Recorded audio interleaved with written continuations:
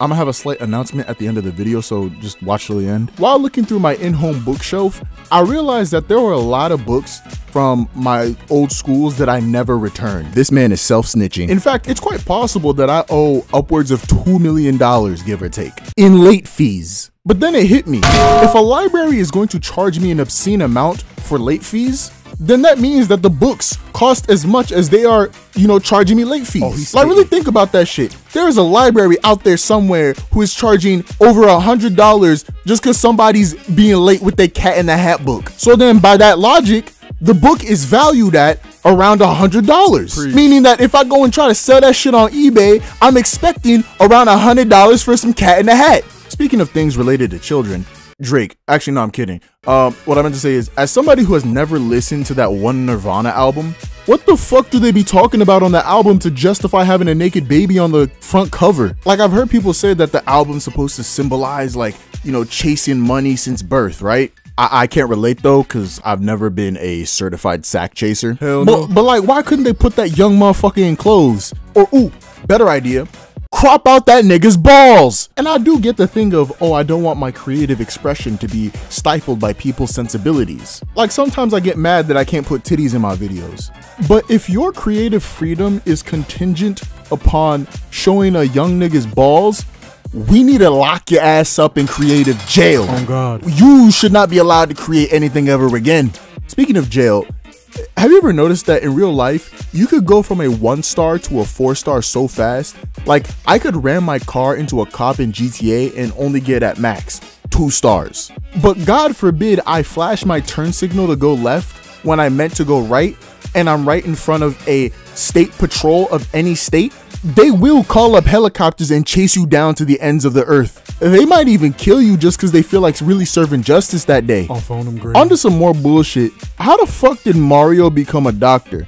Like, who looked at this plumber and thought, yeah, give that nigga a doctorate? Like, they allowed this man who be unclogging shit from toilets to be able to prescribe pills to me? That's fucking ludicrous. But it's not even just that. If he did get his doctorate in a legitimate way, that means he's smart enough to be a plumber and a doctor. And yet he decides to spend his time stomping out Goombas. He's living out his dreams for real. Sometimes I wake up in the coldest of sweats because I remembered that Kali Uchis had a child. I mean, like, actually got pregnant. Like, she let a nigga come in her that looked like this. Ugly ass nigga. Like a whole jawline that looked like this nigga. Gross. It makes me sick just thinking about it.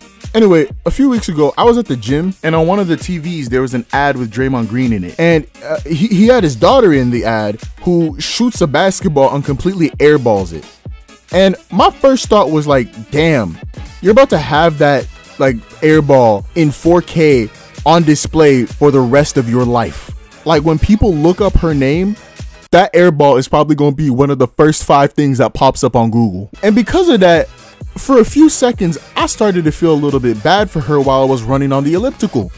But then I remembered that she is Draymond Green's child, and I hate Draymond Green. So an L for her is by proxy an L for Draymond Green. Yo, I recently came to a conclusion that watching any movie with Jason Statham or The Rock in it is like watching a Superman movie, because they are a waste of time, because I know they're not going to struggle and I know who's going to win. Actually, I take something back.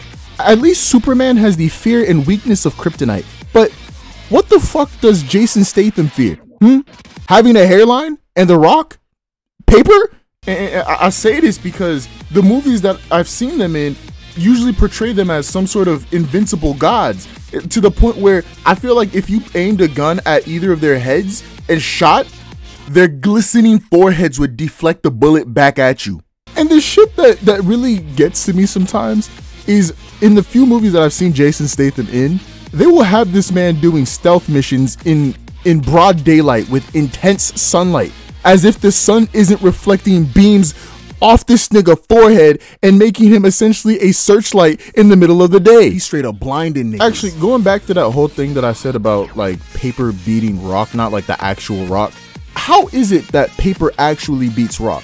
I've personally heard people say it's because if you drop a rock and a piece of paper from the same distance or from the same height, paper will always land last on top of the rock. Now, I'm astounded beyond belief because that's a dumb fucking way to determine who beats who. Because you know what else landed on top of something else but lost? What? The apple that landed on Isaac Newton's head. What? Yep, let me explain. How the fuck you land on a nigga head, right? Just innocently land on a nigga head, right? And you're supposed to knock him out. Instead, that man proceeded to go and make an entire theory about gravity just because you landed on that nigga head. He won. He is the one who is celebrated all throughout the scientific community. You just some dumbass apple that's rotted away, forgotten. Like, nobody even knows what type of apple it was or even its name. I don't. Granny Smith, Golden Supreme? I don't give a fuck. Oh, God. Also, another thing too is, did you know that newly formed superheated igneous rocks are still rocks? Meaning that if you dropped a fragile bitch piece of paper on it, it would incinerate it in a matter of seconds? I sound very passionate for this thing that I do not give a fuck about. But ignoring all that, have you just thrown a rock at a piece of paper? It's literally just this meme. So now I'm at this point where I triple dog dare a motherfucker to say paper. I will throw a fucking rock at your goddamn fort. All right, the announcement is I have a new channel. There's a Dingleberry post video on there already. Subscribe while you're there. There will be more to come. There will be a channel update on here in a few days, basically explaining why it is that I made this channel. All right, bye.